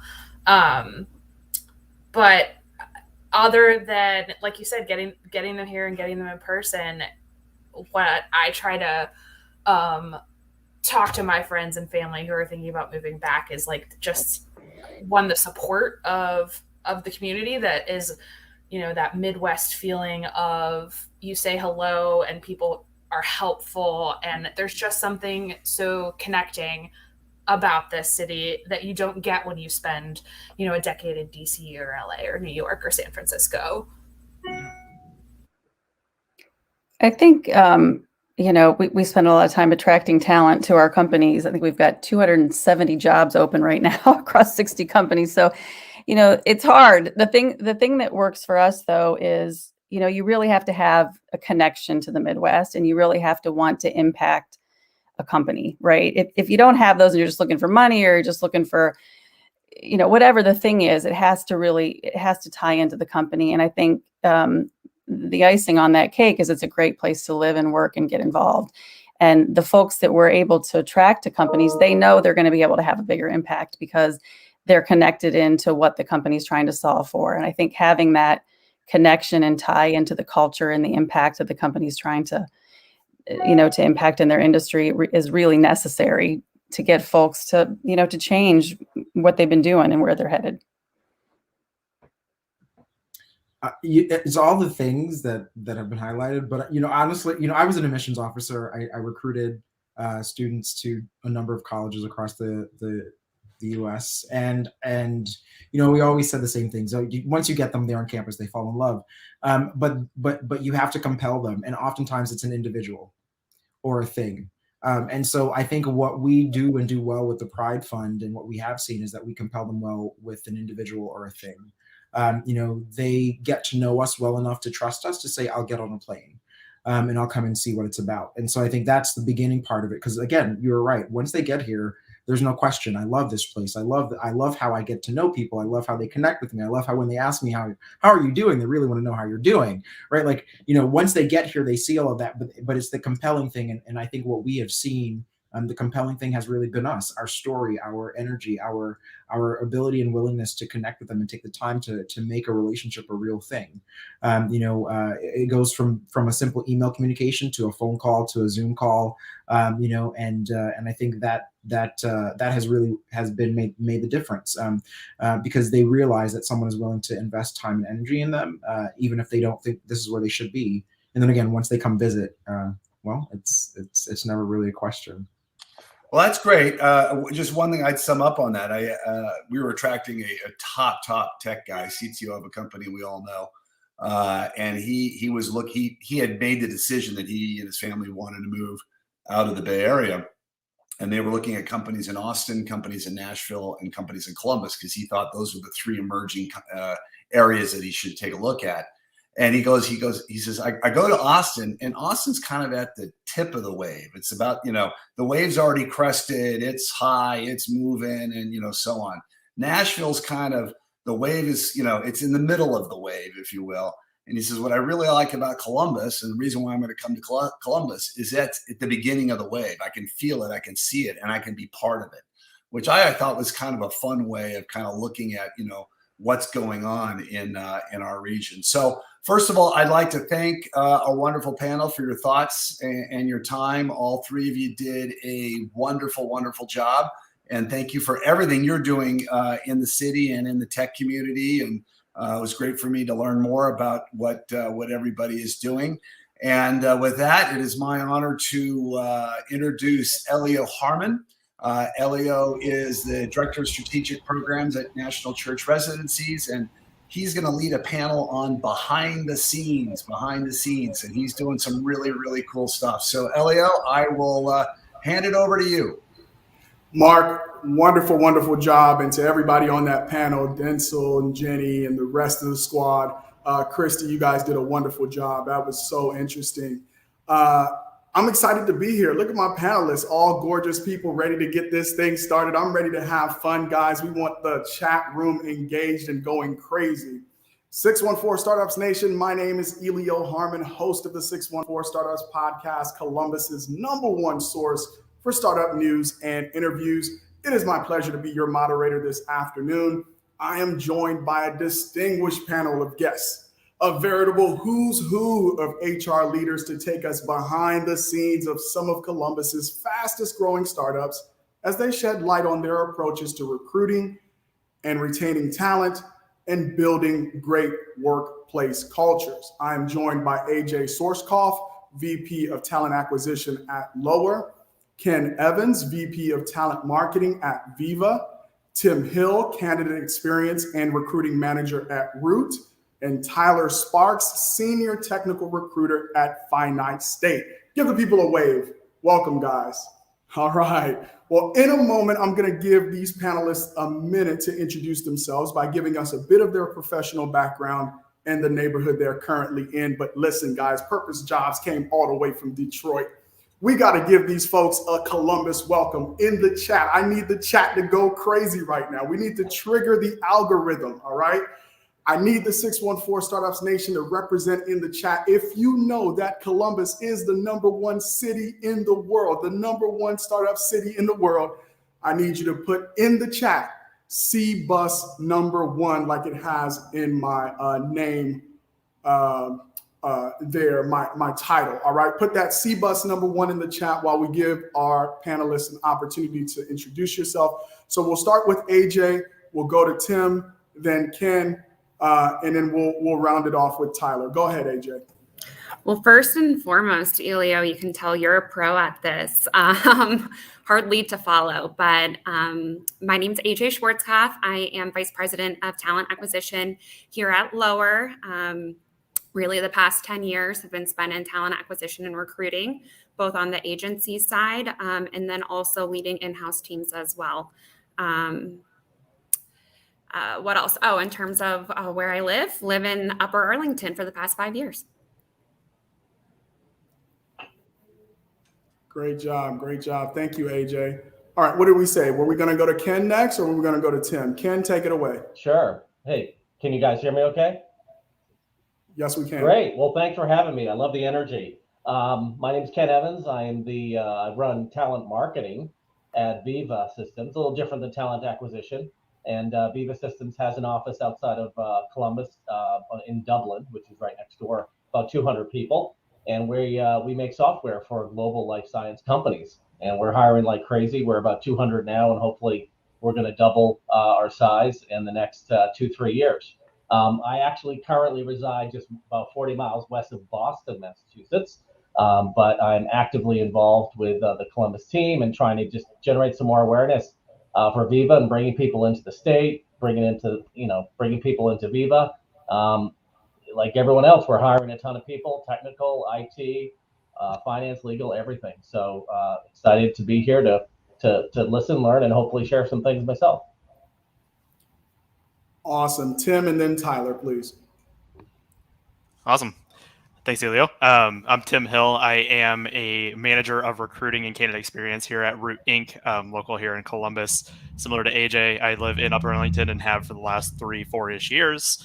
Been at Root for about 3 years, going on 3 years here very soon. So my team leads technical recruiting efforts at Root. I have engineering, product, the whole suite of things that my team directly works with the hiring leaders over on that side of the house to continue to build a company that's been very quickly growing in the last 5 years here at Root in Columbus.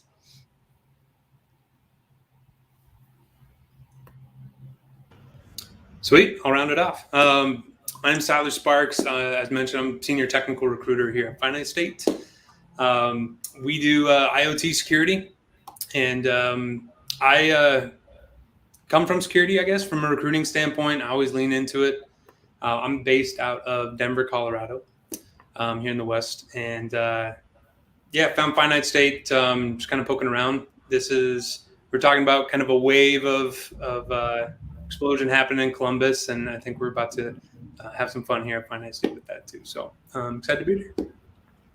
All right, great. All companies I love. We got a couple of alumni companies on here that have been on the podcast. So I know Lower has been on the podcast, their CEO, and also the CEO of Finite State, and then one of the software developers over at Root. The only person who hasn't been on the show is Viva Systems. We got to change that, guys. We're going to jump right in. We're going behind the scenes. Let loose here. We need to know the truth. We need to really go behind the scenes. And now there's one strategy about recruiting talent, but I think it's much more important to attract talent, right? To become an attractive employer, a place that people want to go and work. I'm going to start again with AJ. What attracted you to Lower? And we'll go around the horn again. Everybody can contribute to that part of the conversation. Sure. Talk about a loaded question. When I think of what attracted me to Lower, there are really multiple reasons why I joined. But when I think of all those reasons, they kind of fall across 3 key areas: our mission, our vision, and our culture. So our company is founded on the belief that owning a home is one of the greatest wealth creators out there. And really everything we do is to help homeownership, make homeownership more accessible to everyone. And when you think about that mission, that's really, really powerful, and that's easy to get behind. And there's a purpose to that. And then when you add kind of our vision of where we want to be, and I'm sure you got this too, Elio, in talking with our CEO, but we have a goal of becoming the nation's leading digital lender within the next several years. And so the mission, the vision, those are powerful. And even going into the growth that we've seen and will continue to see, I looked at it as an awesome opportunity, and I said, how can I get on board? There's a statement on our careers page, and it's a quote from Eric Schmidt, the founder of former CEO of Google. And it says, when asked to join, asked if you want to sit on a rocket ship, you don't ask where it's headed, you just get on. And really that sums it up for me at Lower. Great, thank you. Ken, go ahead and jump in. Yeah, a similar story in terms of mission and values, I have to say. I've been in the tech space for many, many years. Actually, I'm not even from the recruiting or talent attraction side of the house whatsoever. I spent a career doing a lot of different things on the marketing side to drive sales pipeline for companies who made wonderful products. But I got thinking, I didn't know who Viva was probably a year and a half ago. I have a friend who, this ties into another part of the answer. I have a friend who works there, who I work with now. And I was starting to get to a point where it's like, geez, I'd love to work for a company where they do have something special at the end of what we're selling or doing. And as I got to know Viva, it's like, geez, they are helping these companies who are, this is my words, but they're helping my Nana. My Nana is, let's say, older, and maybe she's got some health problems, maybe a diabetic, maybe a heart problem, maybe just general health. And our company is building software that's helping these life sciences companies, pharma, biotech, medical devices, it's a whole range of these companies. get to market faster and more safely. Clinical trials is a really good example. One of our clients is Pfizer and Moderna. Of course, we know all those stories about clinical trials. We all learned that. That's a tip of the iceberg in terms of us building products that actually help people in the end, sort of a meaningful outcome. And I'm like, geez, that's a breath of fresh air. It's like I'd love to see, instead of selling a new product that helps someone open a spreadsheet or do something technical, and that really is like, oh wow, tell me more. And then I got to know the people.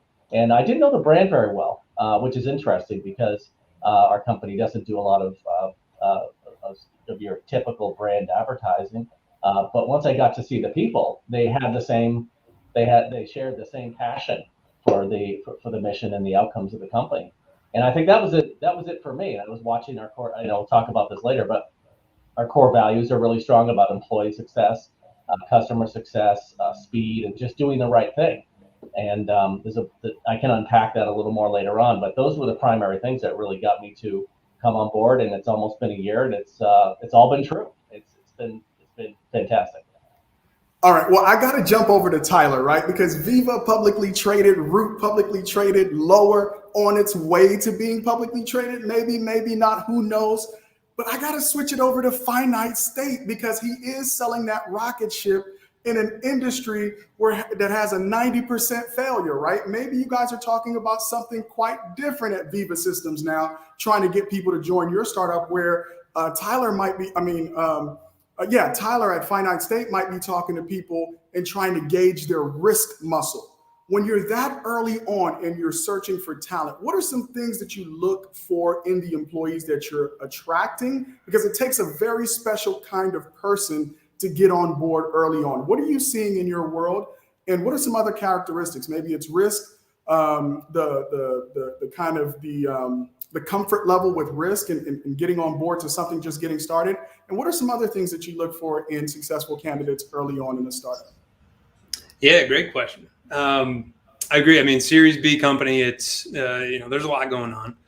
I think the biggest thing is the motivation for the mission, right? When it comes down to it, you got to get behind, the company, the product, the culture, the virtues, everything about it. So the more you live and breathe it, right, I feel like the more you can jump onto that rocket ship, right, and really be a part of it.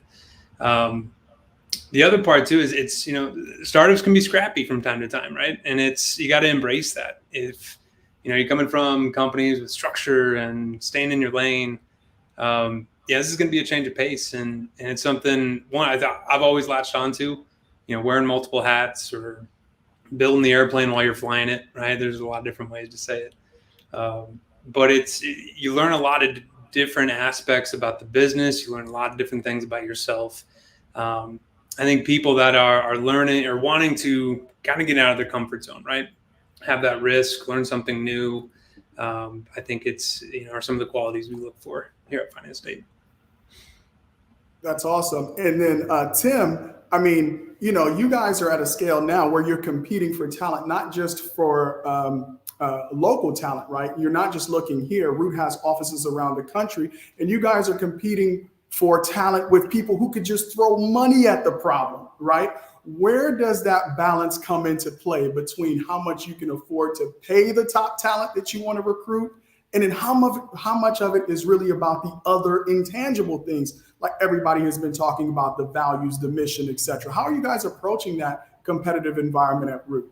Yeah, and it really is competitive. That's a great point. Today's market is insane for talent. It goes from a national scale, but even here in Columbus, I think there's a lot of great companies here. Obviously, we're talking to 4 of them today, but with the national market being the way it is, we've established ourselves as a work where works best for you company, which is a very intentional drive outside of just being full remote. A lot of companies have made that switch to being a full remote company, but we're still a Columbus founded and headquartered company. So how can we leverage that to have that marketing of, yes, we're still Columbus, we're still local. You have that option to work in the office if you're somebody who likes to be in person. And I joined Root 3 years ago when we were still part of that small, scrappy Series C startup. I was employee like 200 when we could still count on that scale of how many people were here. Now we're 1,500, and to your point, we have offices outside of just Columbus. So to be competitive in the market, especially from the FANG companies that can throw money at the problem, it's about finding talent that is motivated by the culture, by the work that you're doing, who care about the mission of why you're doing things the way that you're doing, the work that they're doing, and the intentionality behind that. And that's why us focusing as a work where works best for you company allows us to not focus on where you're doing the work, but lets you focus on how you're doing the work, the people that you're doing the work with, and the actual work at the end of the day, which I think is a level of intentionality that I've really appreciated here at Root. And that decision was very intentional. And I say that word a lot because that's what we approach a lot of things with. We do so by collecting data. We do so by making important decisions, by leveraging that data. And then we build philosophies behind that can support them. So being a work where works best for you company, I think is a great stance, because you're giving those people who maybe are across the country, who's never been to Columbus, Ohio, the opportunity to still come here and see how great of a city it is.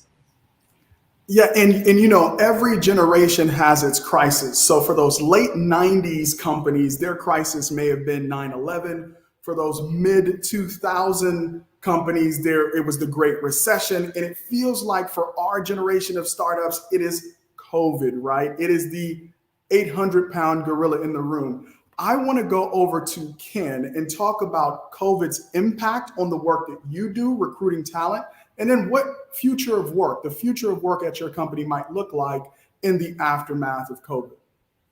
Yeah, I think, very much like Tim's story, we're a large company, but we transition. Well, a lot of our jobs were, this word remote gets thrown around a lot.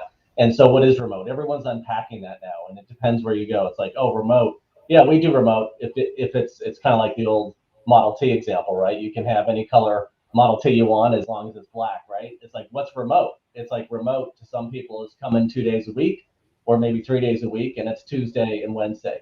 Our philosophy has been, since COVID started, we had a large group of our departments already working remote. So, salespeople, maybe services people in the markets in which their customers are. That makes sense. And then everyone transitioned to this, what we call, our version of it is called work anywhere. Not work from anywhere, but work anywhere. And this just means whether you live a block away or across town from an office, or you truly are remote, you can either choose to work from home. Normally I say home. This idea of working on your mountain bike while going down the hill is kind of silly. We see all these images out there of that, but working from home or working from one of our offices, which are built to have collaboration spaces now. So we'll sort of transition our office space to have healthy lunches and collaboration areas and so forth. So this idea of work anywhere is going to be it for the rest of our 50-year existence. People can choose to work wherever works best for them. And sort of a caveat to that is we've put a lot of effort into the cultural part of it, as you're not a second-class citizen if you're dialing in. And so much so is because you get sort of this terrible feeling as someone who's remote, who may be the only person calling in or coming in on a video call. And so even in meetings where there's groups of us together in a conference room, everyone has their own laptop open with their camera on, so everyone gets an individualistic view. And so it's a small thing, but it's an indication that this is the way it is. And if you need to work, I work primarily from home, but I'm a 40-minute drive into an office to collaborate. But there's no hard feelings. It's actually just the way it is now. It's like working remotely or work anywhere, as we call it, is the same. You get the same street cred as anyone else, whether they're in the office or not. And I think that's the difference, and that's where we're going, and that's our future. And I'd like AJ to chime in here, and then maybe followed up by Tyler in terms of the remote workforce, that meaning something different to every company, and this feeling of, hey, should I stay remote? Will I get the same opportunities? I want to go to the preparation, right? So COVID came out of nowhere. All of a sudden, people had to pivot to remote. Do you find that people are ready to work? Let's say you want to hire them. Do they have the tools to be able to work remote? And what is it like for a company trying to equip people to work remotely, particularly when they're dealing with sensitive customer information? How does that world really look now? I mean, you're in financial services, finite state is in security. What are some of the challenges that you're seeing there with people's ability to work remotely and work safely? Yeah, another loaded question. When I think of, what we were faced with, and like many other organizations, we had to quickly adapt, and COVID forced us to adapt quickly and evolve and give our employees the tools that they need to do their jobs. From a regulatory and compliance side, that does complicate things, and it's not easy. And the best way to put it, as when I look at where we're headed with flexibility and what that will mean from a regulatory side, while also attracting the best talent, regardless of location, is it's going to be an evolution for us. It's really a marathon, not a sprint. So we're adapting solutions to make certain that we're equipped for the long haul. And that's tricky. So I'd be lying right now if I said, hey, we're totally pro remote. There are limitations that we're faced with that inhibit that. But we're identifying ways to adhere to those limitations while getting creative and evolving how our workforce has historically looked and felt. So a prime example of this, loan advisors. They make up they're the primary component of our workforce. There are limitations in which they have to be located to a near branch in order to be state licensed. And it has to be in driving distance. And we're working to spin up a remote workforce that's going to allow us the opportunity to attract more talent to lower. It's going to give us more of a diverse talent and workforce as well. But we're adapting to how we can support that legally. And so it's just being proactive in what needs to accomplish and doing it the right way, not the quick way. We're, I guess, long story short, balancing the needs of our business with the needs of our employees and talent base. Thank you for that. Go ahead and jump in, Tyler. You guys are in the cybersecurity world, a dispersed workforce. How are you managing that risk? Yeah, I think it's just having everybody security minded when it comes down to. I mean, one of our security research engineers has a funny story where she interviewed with the company at the finite state headquarters, and then day one, we went fully remote as a company, and she didn't get to see the office again. And I think everybody, of course, has adapted to that in this last year and a half or so. The biggest thing I feel like for us at Finite State is everybody's coming in this security mindset. As they start with Finite, as they continue working. My first week, I got a phishing campaign hit me a few times, right? And it's like, okay, I'm being targeted now, being here. And we do different security awareness programs. I think that's something we'll definitely evolve over time to making sure our employees are thinking about this, but just being a very technical company, a very security driven company, these things I feel like are relatively just open for everybody to talk about, whether it's Slack saying, hey, I just got this weird text, weird email from Matt, our CEO, that looks weird or something.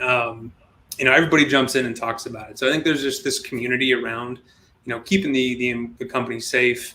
Because it's something with security companies, one little slip, it can be a big hit, from time to time. So it's definitely an important, I feel like, mission and our employees look for it. All right, so this is probably going to be my last question because I want to give each and every person here an opportunity to weigh in. It's another thing that kind of emerged right into the social consciousness in a very, very real way in 2020, and that's around the issue of diversity, equity, and inclusion, right? Creating these cultures at companies where everyone feels welcome. I want to start with Tim. Tim, what was, kind of, maybe these are things that you guys were already thinking about, but how has this groundswell, this new level of awareness around these issues really impacted your work at Root? And then we'll go to AJ, Ken, and end with Tyler. Great question. And you mentioned in there kind of how it impacts culture at a company. And I think that's certainly a big thing to keep in mind when talking about DEI initiatives and things that you're building from a recruiting perspective to attract talent. The best comparison I've ever heard it brought to, and a great discussion I had a few weeks ago with somebody in this line of work, was around this concept of a company being a leaky bucket when it comes to DEI initiatives. You can fill up the bucket as much as you want with great diversity talent. You can build out interview processes that are really great at identifying great talent, building very inclusive pipelines, building processes that make people feel welcome and whole, which is a big part of my world as a candidate experience manager as well. But if you don't have the foundation set, it doesn't matter at the end of the day. If you don't have a culture to support it, if you don't have the resources built out for the company, for those people that you're bringing into the company within those efforts, it's fruitless at the end of the day. So to build up areas of the company, groups of employees that make them feel welcome and have an outlet for whether it's their upbringing, the work that they're doing, the things that they're feeling in the social constructs that we've created today. If you don't have that outlet, we call them ERGs here at Root. A lot of other companies call them different things. Those are employee resource groups or employee interest groups, or another word that is commonly used there, that binds people of those different backgrounds and commonalities to be able to talk about tough issues, to have an outlet for that in their day-to-day work, especially with the presence of social media. You mentioned this as well, with that being as tremendous as it is in our day-to-day life, especially those who work remotely, it's hard to feel included. So you can put all these efforts into recruiting, you can put all these efforts into building great pipelines, but if you don't have that outlet, if you don't have that bucket that doesn't have the holes in it, if you're not patching those holes, if you're not building a new bucket to begin with, it doesn't matter at the end of the day. So that, I think that's the biggest part, is creating a culture, creating a part of the business that people feel welcome to, included for different groups of people from backgrounds, to give them those outlets. It's again kind of fruitless at the end of the day from the recruiting effort side. But that being said, there's a ton of things you have to be able to do to be able to bring that talent in, to find where people are, to reach them and build inclusive pipelines, to build interview processes that really identify great talent. We had a question in the chat talking about years of experience. One of the things that I think Root does really, really well is identifying the merits of somebody being able to do the job at the end of the day. Not so much of have they done that, have they built that before, but can they do that here? I think building your interview process around identifying those traits is a great way to be inclusive, but then being very intentional around those other pieces to give them that outlet once they're actually at the company is really important at the end of the day for DEI initiatives. All right, real quick, Tim, talk about taking a cultural stand, even when it might cost you. That said a lot about Root's thoughts on this. The Bubba Wallace NASCAR endorsement in the middle of 2020. Talk about not like putting your money where your mouth is, because it wasn't purely a play that might have been beneficial. It was really taking a cultural stand that could have gone either way. And I thought that was true to brand. Excellent move by Root. Let's go to Ken, then AJ, then Tyler. I'm sorry, guys. I could do this all day, but we only have 1 minute each. So go ahead, Ken, and then AJ, and then Tyler. Yeah, I'd like to echo what Tim said, actually. I think it does start from within. And at Viva, we have our first chief diversity officer who started earlier this year. And we started some internal groups to drive awareness and discussion. And I think that's exactly right. That's where it starts. How can we start and building programs on top of that, whether it's recruiting, partnering for talent attraction, other groups and so forth, and different markets, because we're in a few different cities here. But it's at the root, if you will, I think, is the employee experience and making people feel comfortable that we can now have the discussion, have the open groups. We're doing employee sort of testimonials from these different groups, getting their stories out, and it's like a little pressure valve that's been released finally. I mean, it's not all complaining or all bad. It's just like, hey, we finally can sort of get some of this stuff out there, and it's now on a day-to-day basis part of the culture, and that's going to just continue to roll. So excited. We are sort of, I would argue, we were sort of at the beginning, not that we had a problem, but we're getting there. We're starting the conversation, and I think the base is the employees. And likewise, echoing Ken and Tim, I think my job and my team's job to attract talent, we can attract diverse talent, but we have to make certain that we have the resources in place to make them feel included, to make them to want to stay. So there's equal parts diversity efforts as there are inclusion efforts. And like I'm sure everyone else on this panel, DE&I has been a huge topic of conversation for us. And we recognize the importance to continue to grow in this area. And this is definitely very much a journey for us. We've got a ton of development, improvement, and expansion to be made across all areas of our business, including our DE&I efforts. We're doing things like here and now on the recruiting side to eliminate biases out of interviews and the selection processes, replacing phrases such as a culture fit with a culture ad, because culture fit, it's dated. It implies that kind of there's an implication of like-mindedness, if you will. We're relaunching employee resource groups and in the discovery phases and planning phases there. I'm most excited about something that I think is really unique that we're doing. This fall, we're actually partnering with the largest nonprofit provider of job training services in Central Ohio, where we're actually launching what we're coining as a community-based sourcing and training program. So partnering with them to really provide the right training to unemployed and underemployed individuals to then build, a pipeline of talent that can join us here at Lower and add that diversity and feel welcome and included within the broader team. So again, I packed a lot in a minute, but I'm certainly echoing the others on that as well. Appreciate that. All right, I'm gonna go quick. So I said the one thing I like about small companies is you really get to think about this early on.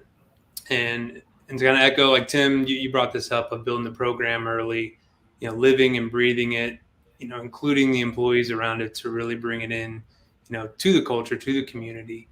I think it's something that we're really starting to build out now. Linda, our VP of Talent, just started a few months ago. Something we're starting to do, get into the mode of employee engagement surveys and understanding, what they're looking for as well, to really build on this. And, we can, to your point, AJ, kind of recruit away and be diverse and look at the numbers. But when it comes down to how the employees are feeling, how inclusive they feel within the, their job, their team, the work they're doing, I think it's something that we want to really make sure we do the right way and building this out early on. All right, panelists, you guys, I said distinguished, and distinguishing, you're right. You knocked it out of the park. Thank you guys so much for joining me, Tyler, Tim, Ken, AJ. What a wonderful conversation. For everybody who's been part of this, thank you so much for being here. My name is Elio Harmon, and until next time, peace. Tim Stevens, the guy in the chat, listen, for all the panelists, do they value experience? Hang out for the job fair. Maybe you get to ask that question yourself. Sorry I couldn't get to that, Tom. Thank you so much for being a part of this. Have a great night. Thanks so much, Elio, and thank you everyone for joining. We truly appreciate your attendance.